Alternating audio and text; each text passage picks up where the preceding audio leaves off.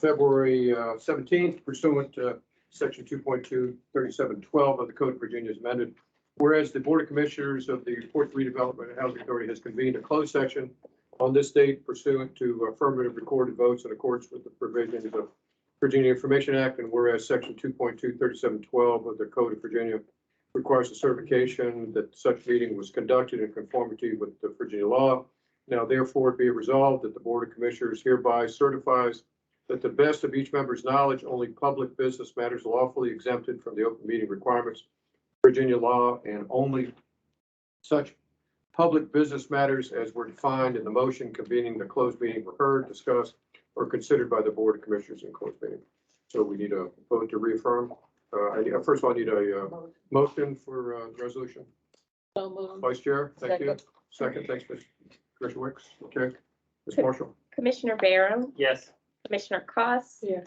Commissioner Pickens, Yes. Commissioner Prince, Yes. Commissioner Wicks, Yes. Vice Chair Jiggets, Yes. Chair Lalonde. Yes, thank you very much. And I guess we'll go to the, we just had the closing resolution again. Before I get to the two that we're going to vote on that we discussed during closed session, when I get to the commissioner comments, just a reminder that I challenged y'all last time. If there's any goals that you're looking for 2022, just bring those up. Okay. So the first one is resolution 2022-10, a resolution authorizing execution of a purchase agreement and one or more deeds of bargain and sale with Carlton Darden and or its assigns with the development of certain properties located at 808, 812, and 814 Scott Street. And I need a motion. I'll make a motion. Thank you, Ms. Wicks. Second. Second. Thank you, thank you, Sean. Okay. Ms. Marshall. Commissioner Barham, Yes. Commissioner Cost, Yes. Commissioner Pickens, Yes. Commissioner Prince, Yes. Commissioner Wicks, Yes. Vice Chair Jiggets, Yes. Chair Lalonde. Yes. And Philip, on this 2022-11, it says authorizing activities, but that is, it doesn't need specifically say for tax credits. The resolution, the way it's worded. That summary is correct. I believe it does reference the 4% and 9% tax credits. Okay, all right. So resolution 2022-11, resolution authorizing activities in furtherance of the development of phase 2 of Lexington Place residential communities. Now I need a motion. I'll make a motion. Good, thank you, Mr. Prince, and second, Ms. Wicks, thank you. All right, Ms. Marshall. Commissioner Barham, Yes. Commissioner Cost, Yes. Commissioner Pickens, Yes. Commissioner Prince, Yes. Commissioner Wicks, Yes. Vice Chair Jiggets, Yes. Chair Lalonde. Yes, thank you very much. And the two, Ed, Sean, at the beginning of the meeting, we tabled the discussion on the CEO matrix to move it to a closed session that we're going to talk, again, being a personnel matter involving the executive director. All right. And we're looking at 5:30 next Thursday here in this room. Can we do 6? Or at least 5:45? Get off at 5:30. 5:45, okay? All right, 5:45, okay, thank you. Ed, okay?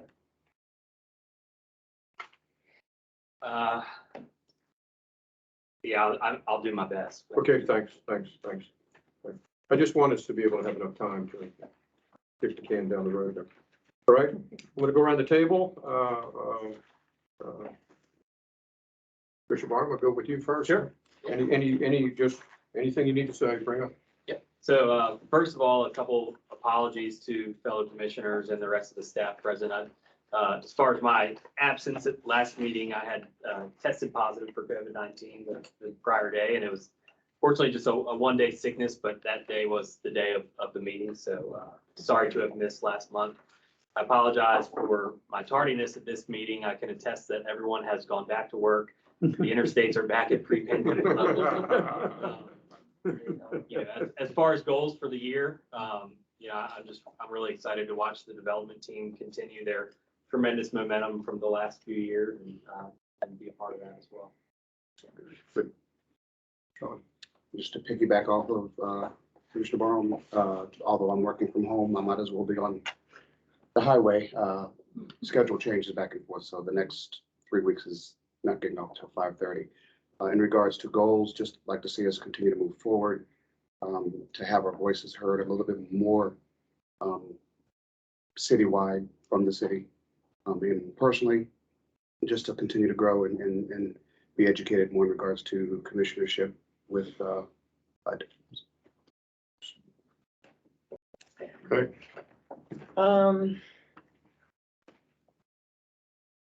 I would like to see, if we could maybe brainstorm more.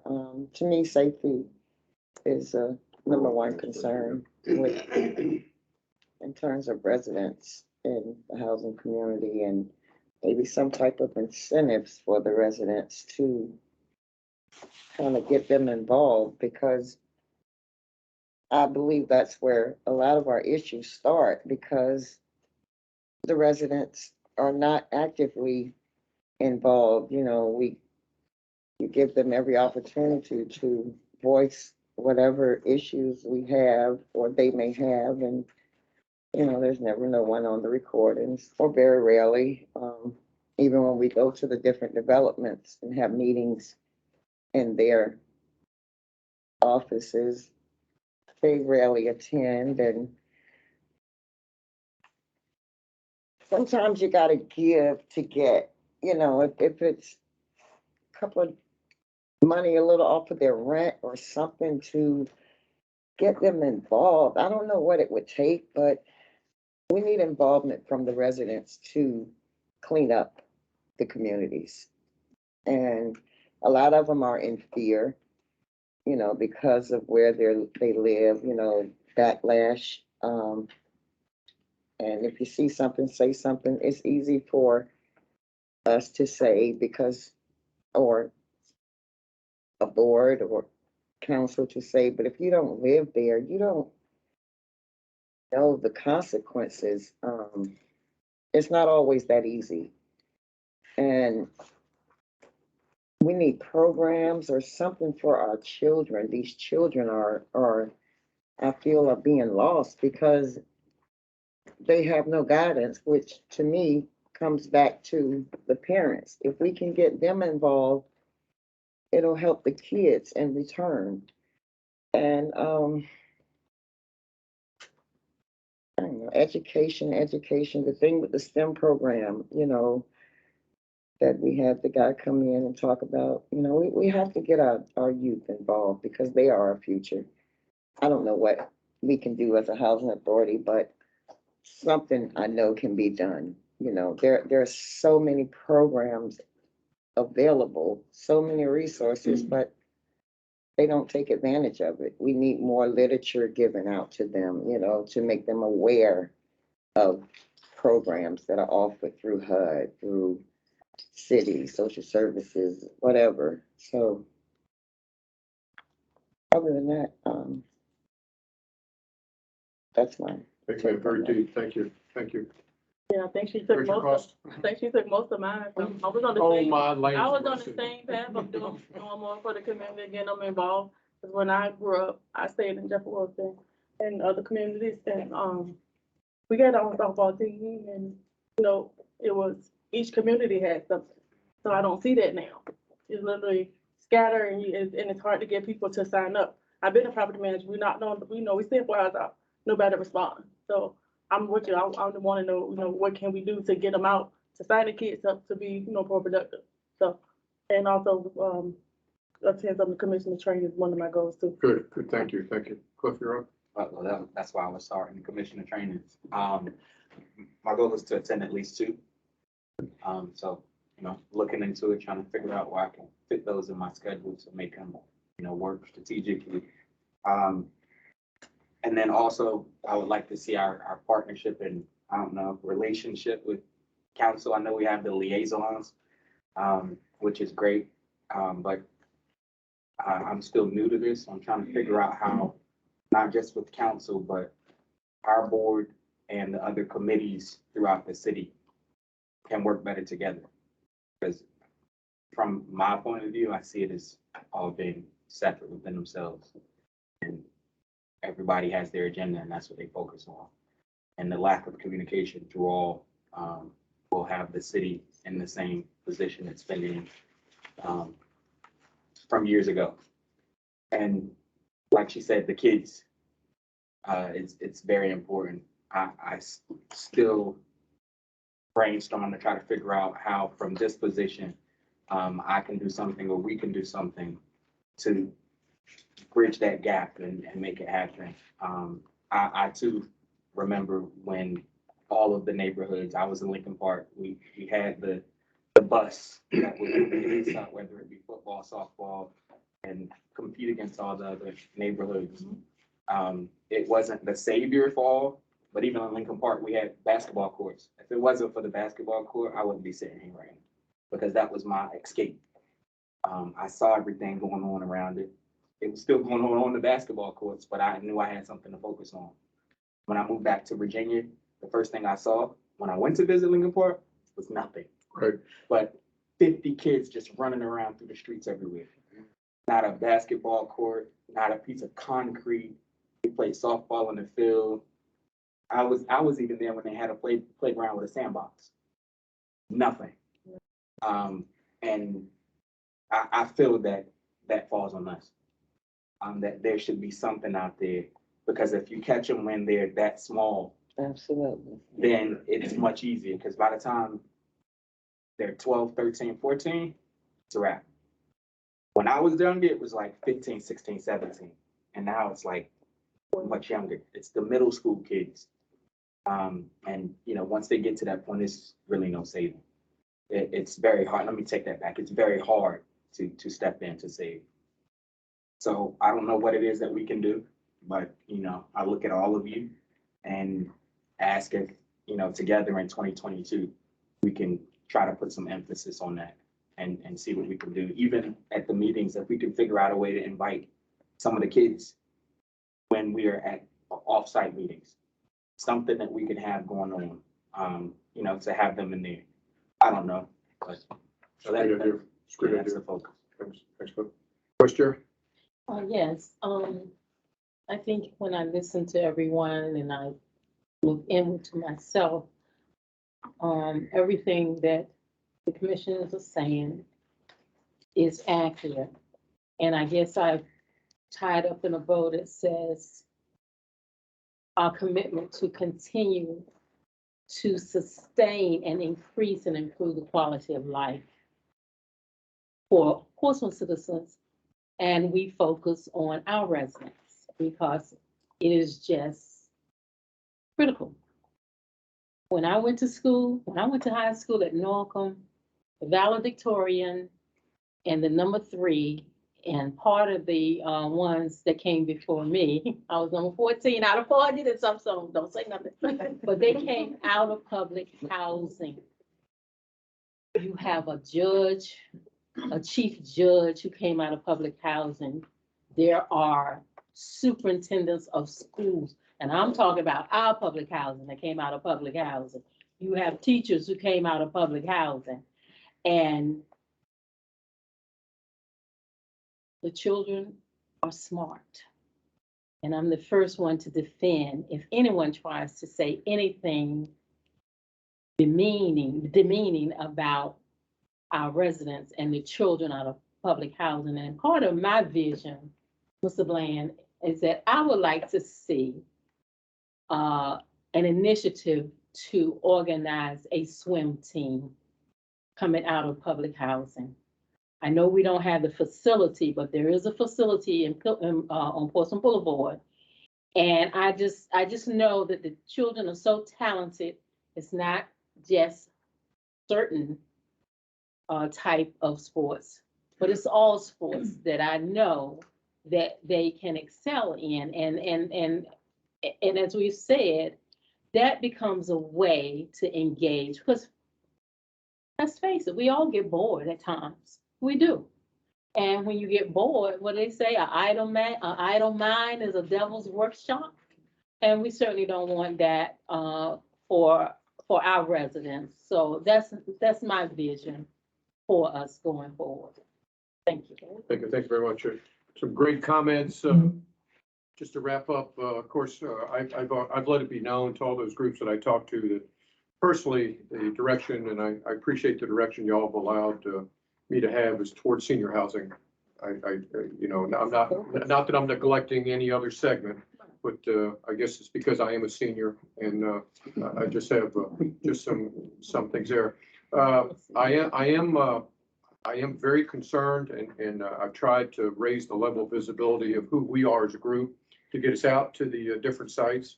I don't have a problem getting beat up while we're out there. I don't have a problem with somebody yelling at me. I don't have a problem at all. That means that folks or people are passionate about where they live and they care about where they live.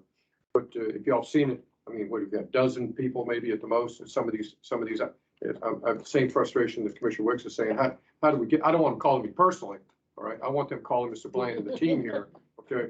But I really want to hear that noise because that's the only way things get solved is when people are talking about their problems. I don't have a problem with telling them, hey, we just can't solve that today. Don't have that. When we don't hear it, it's hard to fix anything. My frustration, I want to zero it in. We have a resident advisory board that hasn't met in months, all right? And they're supposed to be our liaison with all the housing. I mean, that's required by us. We put it out there. Even our annual plan has to be reviewed by them before we can move forward. So it's just, as Renee said, yeah, I got it, but they should be meeting all. Sorry, Residents. so it's a resident from each community? It's supposed to be. Oh.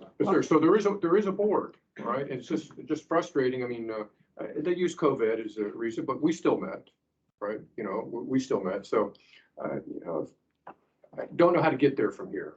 Right? And I'm right on with the relationship with the city. I'm confused, very, very confused. It's hard to move in a direction with the city if the city hasn't talked to us about what direction they want us to take, right? I read in the paper, most recently, if y'all saw it, they took credit for our after-school programs. The deputy city manager had a discussion about what's happening with security, and one of the things she brought up was about the after-school programs that we're having in our development. So, you know, they know what we're doing. They're taking credit for it. I don't have a problem. You know, when water rises, all boats rise. All right. So we're working as hard as we possibly can. But it'd be nice to say, okay, city, you know, what more can we do for you? All right. And likewise, what we need help from y'all. All right. You know, I know it sounds, and I don't want to say just a lane, but we're in the housing lane. And a lot of this stuff we're doing on security and after school programs, you know, trying to get folks to recreational activities.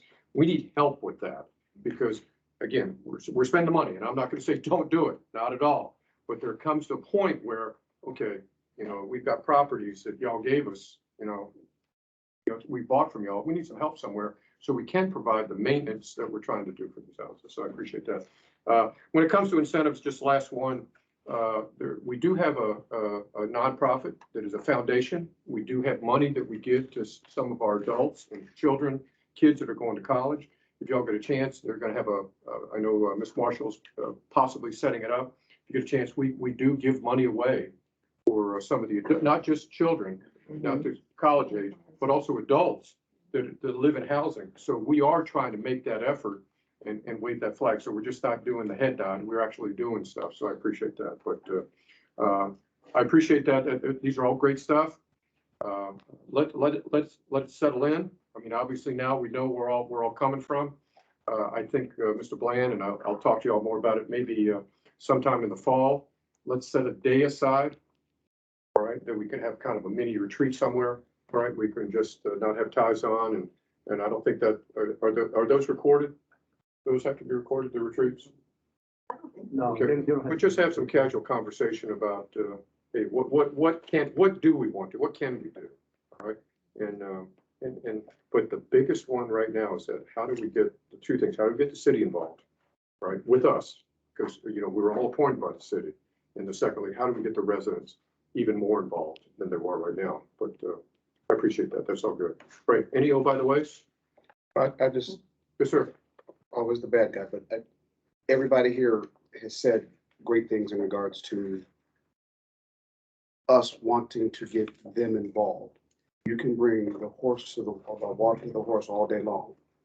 If they're not drinking, We are in the housing lane, as you put it. So I just want everybody to remember, there is only so much we can do. We aren't the police, we need the police. We aren't the parents, we need the parents to step up. We've got 8 rec centers, I think, in Portsmouth for 98,000 people. Underused, they're not going. Yes, we need some busing and some other things to happen, but we can throw every piece of spaghetti at the wall. And that's what I'm afraid that, the conversation is gonna go to. People have to be engaged because they want to be engaged. Sure, gotcha. But we'll keep on poking at it, Yeah. all right? Well, I'm not saying not to, but I You know, just, the squeaky wheels are the ones that gets the oil, so we're just gonna keep on squeaking, and so I appreciate that. Can I I did, just, and can I- Ed and Sean, just so y'all know, the next board meeting we're gonna have at that property that we bought in Churchland, right? Oh, great. What we're gonna try and do is compress the meeting like we did now, try and get done and maybe have an open house or social afterwards. So if y'all want to invite somebody afterwards, kind of just convince the staff, of course, they always invite them. So the next commissioners meeting, if there's power, if, the bathrooms work and all that kind of stuff, I'd like to have the meeting out there. I think y'all will be very impressed with the property. Yes, Yeah, yes, let me Vice just Chair. say one thing, not so much as to respond to you, Commissioner Prince, but I think it bears worth saying, I'm from many generations of teachers that taught in this city, and they taught at the most challenging schools in this city, particularly at the elementary level, which at the time was Riddick Weaver and George Peabody. And their philosophy then was, and this is including my mother, was they couldn't wait for the parents to step up and do what they were supposed to do. Parents have not just now started not being able to be accountable.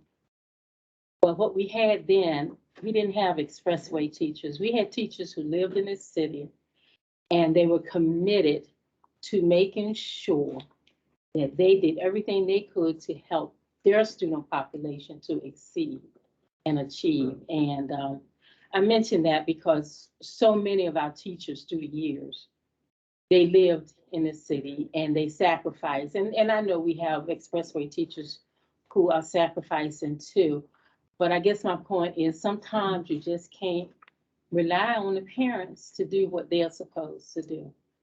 You just have to have that moral compass that says, I'm going to do more than what is expected of me as a teacher for these children and be both the parent and the teacher.